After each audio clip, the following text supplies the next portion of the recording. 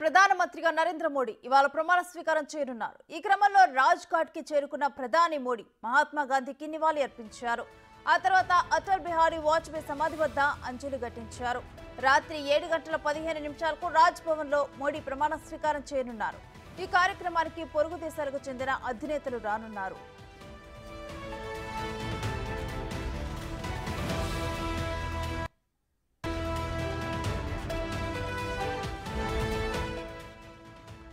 ఈ వేడుకలకు పలు దేశాల అధినేతలు వస్తూ ఉండటంతో ఢిల్లీలో హై అలర్ట్ ప్రకటించారు.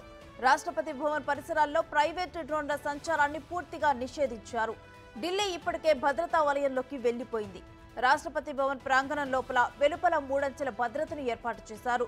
దాదాపు 2500 మంది పోలీస్ సిబ్బంది రాష్ట్రపతి భవన్ చుట్టూ మోహరించారు. ఇతర దేశాల ప్రముఖులు హాజరు కానున్న నేపథ్యంలో G20 శిఖరాగ్ర సమావేశానికి ఏర్పాట్లు చేసి భద్రత కల్పించనున్నారు.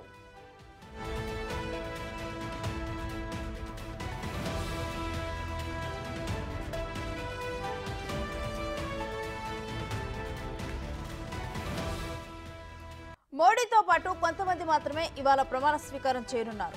లోక్సభలో బల నిరూపణ తర్వాత పూర్తిస్థాయి కేబినెట్ ను ఏర్పాటు చేయనున్నారు.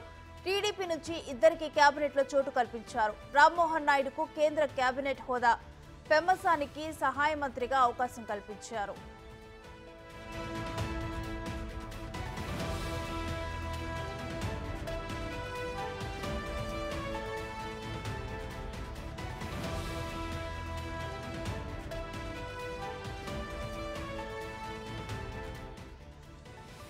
తెలంగాణ నుంచి కిషన్ రెడ్డి, బండి సంజయ్లకు కేబినెట్లో అవకాశం దక్కింది.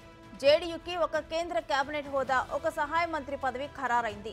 ప్రమాణ స్వీకారం తర్వాత ప్రధాని మోడీ వారణాసి వెళ్లనున్నారు.